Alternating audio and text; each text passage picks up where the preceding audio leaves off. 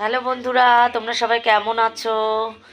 আমি জানি তোমরা ভালোই আছো, কারণ অনেক বেশি শীত পড়ে গেছে, অনেকটা ঠান্ডা পড়ে গেছে। আর এই যে দেখো দেখো আমার সন্টু মুন্টুটা ঘুমাচ্ছে।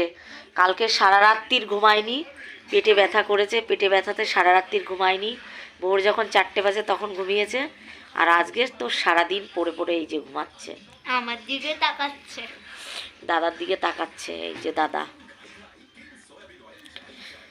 তো যাই হোক, এই যে দেখতে পাচ্ছ বিছানার যা অবস্থা। একটা বাচ্চা থাকলে পরে বিছানার অবস্থা কি হয় বুঝতে পারছো তোমরা? দেখো, বাস্কেটের মধ্যে জামা কাপড় ভাঁজ করে রেখেছি, এর ঢাকনাটাও লাগাইনি। এই যে কোলবালিশটা পড়ে আছে, দেখো। মশারি টানিয়ে নিয়েছি সকাল সকাল, কেননা সব সাদা সাদা মশা হয়েছে। আর আমার গলাটাও বসে গেছে, মানে খুব ঠান্ডা লেগেছে।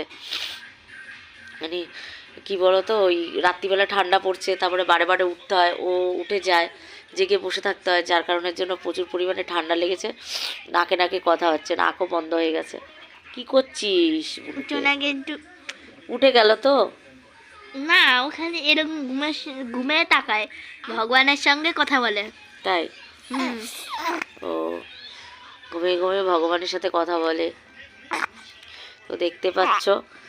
আর কি বলো তো, সারাদিন কোনো কিচ্ছু না, সারাদিন শুধু ঘুমাবে। হিসু করেছে? হ্যাঁ। ও ওই জন্য উঠে গেছে, হিসু করেছে। মানে ও হিসু করলে 1 মিনিটও থাকবে না। নে বাবা, কোলে নে। ছোনাকে এখন আমি করে নেবো।